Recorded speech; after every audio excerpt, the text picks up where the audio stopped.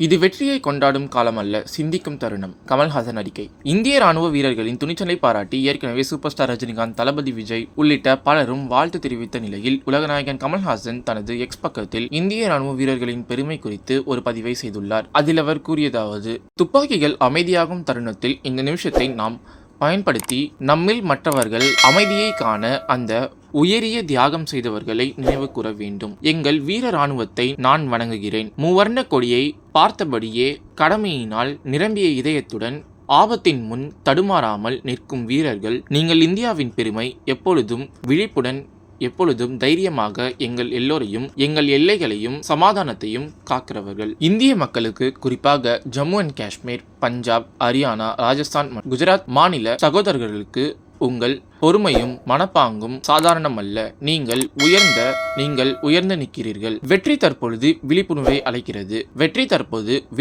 அழைக்கிறது.